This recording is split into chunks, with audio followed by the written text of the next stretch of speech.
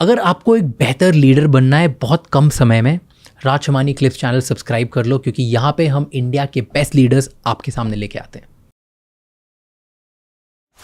ये पार्ट है विजडम। मैं कोई इतना ज़्यादा बड़ा या एक्सपीरियंस इंसान नहीं हूँ जो बहुत ज़्यादा विजडम दे सके, पर मुझे ऐसा लगता है कि कुछ पॉइंट्स हैं जो मैंने सीखे हैं, ऑब्जर्व करें, मेरे आसपास जो लोग हैं और जो मेरे साथ पॉडकास्ट पे लोग आते हैं और मेरे जो माँ बाप ने सिखाया है, उन सब से मुझे कुछ विजडम मिली है, या उन सबको ऑब्जर्व करके साइलेंटली मैंने कुछ मेरी लाइफ में इम्प्लीमेंट किया है। वो मेरी एक छोटा सा ना विजडम का खजाना बन चुका है, जिसने मेरी लाइफ को बहुत बेटर किया है, और मैं वही शेयर करना चाहता हूँ आप लोगों के साथ। ये पॉइंट है नीड्स वर्सेस वांट्स।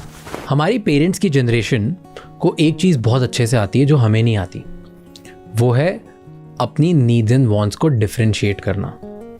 जब भी मैं मेरे पापा के पास जाता हूँ कि पापा बेटर फ़ोन ले लो, आपका बिजनेस बहुत बढ़ेगा, इससे आपके बिजनेस के लिए अच्छा होगा, पापा बोलते नहीं यार अभी ज़रूरत नहीं है।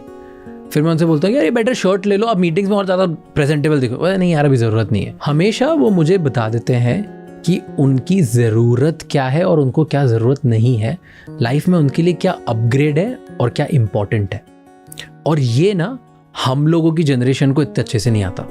हम लोगों को क्या लगता है कि यार मेरे पास तो अच्छा फ़ोन ही नहीं है, लेटेस्ट आईफोन नहीं है, इसकी वजह से मैं कंटेंट ही नहीं बना सकता। मेरे पास ना एकदम फुल फ्लेजेड सेटअप नहीं है पीसी का, बढ़िया लैपटॉप नहीं है, तो मैं एडिटिंग ही स्टार्ट नहीं कर सकता। मुझे ना बाइक चाहिए, नहीं तो मैं ऑफिस कैसे जाऊँगा। इतनी छोटी छोटी चीज़ों पर हम कंप्लेन करते हैं और हमें लगता है कि ये अगर नहीं होगा तो हम आगे का काम कैसे करेंगे। और वो सारी चीज़ें वांट्स होती है, नीड्स नहीं। तो हमें हमारी पेरेंट्स की जनरेशन से सीखना चाहिए कि ज़रूरतों को और चाहतों को डिफरेंशिएट कैसे करें। नीड्स क्या होती है, वांट्स क्या होती है। तो इसलिए आज एक बड़ा सा पेपर लो और उसमें एक साइड लिखो नीड्स, एक साइड लिखो वांट्स। कौन सी ऐसी चीज़ें जो एकदम ज़रूरी है तुम्हें लाइफ में आगे बढ़ने में, जो तुम्हें चाहिए ही चाहिए, जो होनी चाहिए, नहीं तो उसके बिना कुछ हो नहीं पाएगा। एंड देन एक साइड वांट्स लिखो कि अगर ये होता तो बेटर होता। कौन कौन सी चीज़ें कि अगर ये होता तो बहुत बेटर होता। इन दोनों के बीच में डिफरेंशिएट करना सीखो। मैं मेरी लिस्ट लगाता हूँ, तुम उस लिस्ट को देख के अपनी लिस्ट भी देखो। नेक्स्ट पॉइंट है माई रेड फ्लैग्स। हर साल ना हम क्या करते हैं, हम दूसरों में रेड फ्लैग ढूंढने की कोशिश करते हैं कि इस लड़की में ये रेड फ्लैग हैं, इस लड़के में ये रेड फ्लैग हैं, इसमें ये रेड फ्लैग है, इसमें ये गंदी बात है, इसमें वो गंदी बात है। पर हम खुद के अंदर क्या रेड फ्लैग्स हैं ये तो कभी देखते ही नहीं है। तो इस साल डिसाइड कर लो कि हम दूसरों के बारे में गॉसिप करने से ज़्यादा या दूसरों के बारे में रेड फ्लैग निकालने से ज़्यादा हम खुद के अंदर रेड फ्लैग्स देखेंगे और उसको सुधारेंगे, उन रेड फ्लैग्स को ग्रीन करेंगे। जैसे मैं अपना खुद का एग्जाम्पल देता हूँ। मैं जब भी किसी से लड़ता हूँ, मेरे भाई से, मेरी गर्लफ्रेंड से, मेरे मॉम से, मेरे डैड से, मैं हमेशा बोलता हूँ यार क्या लड़ाई कर रहे हो, बंद करो इसको। जब भी हम लड़ाई करते हैं 10 मिनट होती है हमारी, आर्ग्यूमेंट होती है, डिस्कशन होता है, उतने में बोलता हूँ यार बंद करो, कल बात करेंगे, मुझे सोना है, मुझे जाना है, मैं निकलना है। फिर ना एक बार जब मैं लड़ रहा था मेरे भाई से, उसने मुझे बोला अबे तूने खुद को देखा है क्या, तू क्या कर रहा है।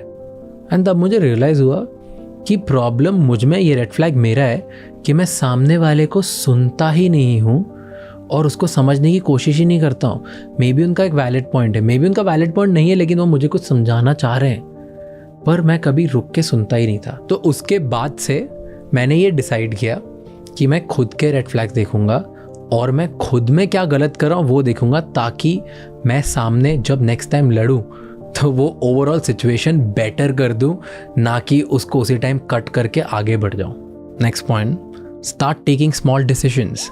हम ना लाइफ में डिसीजंस ही नहीं ले पाते। हमको ना कभी स्कूल ने सिखाया, ना कॉलेज ने सिखाया, ना हमारे आसपास के लोगों ने सिखाया कि डिसाइड कैसे किया जाता है। ये पता है ब्रेन को ट्रेन करके सिखाया जाता है। हमारी लाइफ में जब भी बड़े डिसीजंस होते हैं हम बड़े कंफ्यूज हो जाते हैं, हमें पता ही नहीं कि यार ये सही होगा नहीं होगा, लेना है नहीं लेना है, क्या करना है पता नहीं। तब हम लोगों से पूछना स्टार्ट करते हैं, जो सही लोग नहीं उनसे भी पूछना स्टार्ट कर देते हैं, और उन सब के बीच में हम कंफ्यूज हो जाते हैं क्योंकि हमारे आसपास इतने ऑप्शंस, इतनी चॉइसेस, इतनी चीज़ें कि हमें पता ही नहीं डिसाइड कैसे करना है।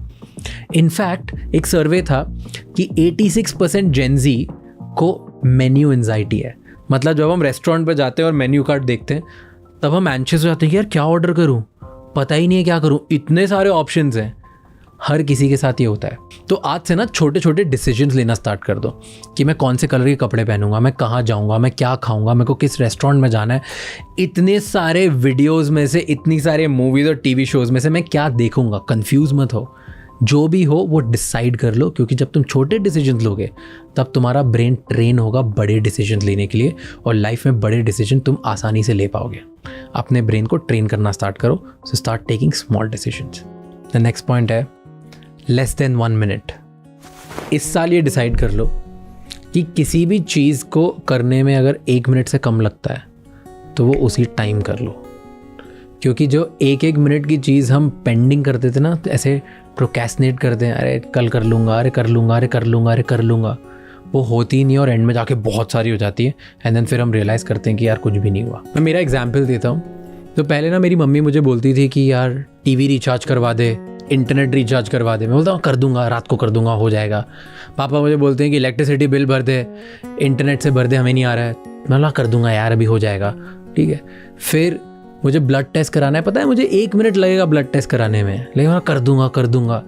एंड ये कर दूंगा के चक्कर में मैं 6 महीने लगाता हूँ, कर ही नहीं देता हूँ। मम्मी की टीवी बंद हो जाती है 4 दिन बाद, पापा के इलेक्ट्रिसिटी बिल के ऊपर उनको फाइन लग जाता है, और मैं मेरा ब्लड टेस्ट साल भर तक नहीं करा पाता हूँ। इन सब चीज़ों को क्योंकि मैं टालते जाता हूँ, ये सारी छोटी छोटी चीज़ें बाद में बहुत बड़ी बन जाती है। एंड उस टाइम पे हम रियलाइज़ भी नहीं करते कि सामने वाले को या हमको खुद को कितना इनकन्वीनियंस कॉज होगा ये 1 मिनट का स्किप करने पे।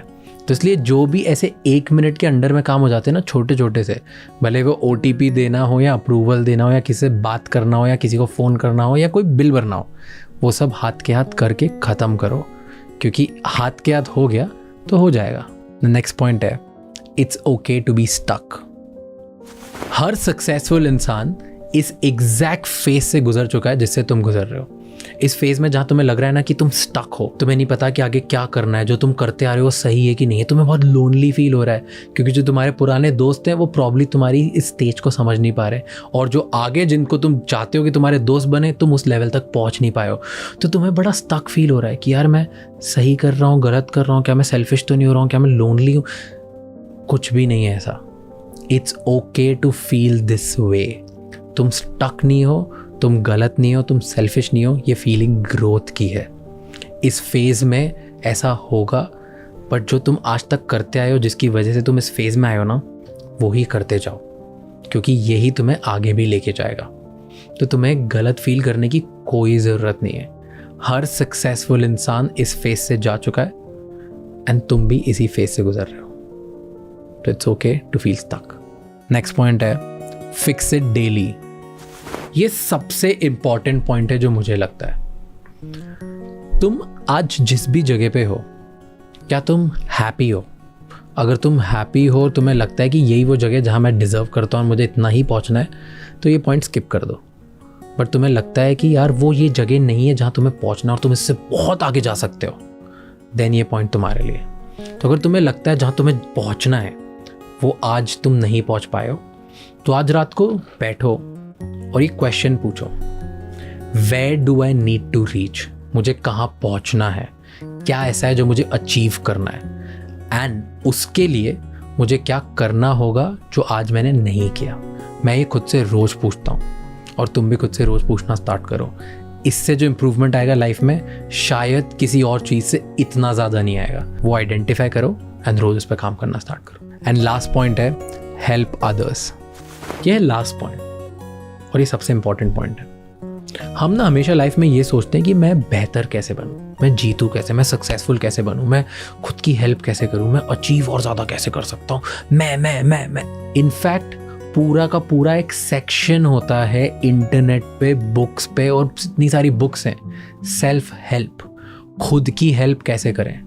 बट पता है ज़्यादा इंपॉर्टेंट क्या है? Help others. हमें कभी कोई सिखाता ही नहीं है, और ना इसके ऊपर कोई बुक है और ना इसके ऊपर कोई वीडियोस हैं कि हम दूसरों की हेल्प कैसे करें। और अगर हमें बेहतर बनना है और आसपास की पूरी सोसाइटी को बेहतर बनाना है और पूरी कंट्री को अगर बेटर करना है, तो फिर हमें ये सीखना पड़ेगा कि हम दूसरों की हेल्प कैसे कर सकते हैं। हम अपने दोस्तों की हेल्प कैसे कर सकते हैं, अपने व्यूअर की हेल्प कैसे कर सकते हैं, अपने कस्टमर की हेल्प कैसे कर सकते हैं, अपने फैमिली मेम्बर्स की हेल्प कैसे कर सकते हैं। How can we help others? हमें ये सीखना पड़ेगा। तो 2024 में एंड 2025 में एंड 2026 में और हर साल हम आज से ना ये तय करते हैं कि हम ये सीखने की कोशिश करेंगे कि दूसरों की हेल्प कैसे कर सकते हैं। मुझे वो नहीं आता, प्रॉबेबली आपको भी नहीं आता होगा, पर साथ में अगर कुछ आइडियाज़ हैं तो शेयर करो मेरे साथ कमेंट्स में, ताकि हम एक दूसरे से सीख के सबकी हेल्प कर पाएँ। एंड ये सबसे इम्पॉर्टेंट पॉइंट है। ऐसे ही और नॉलेजेबल और इंसाइटफुल क्लिप्स के लिए इस चैनल को सब्सक्राइब कर लो, क्योंकि हम आपके लिए बहुत सारे वर्ल्ड के टॉप लीडर्स से बहुत अच्छे इंसाइट्स लाते हैं जो आपको एक बेटर लीडर बनने में हेल्प करता है।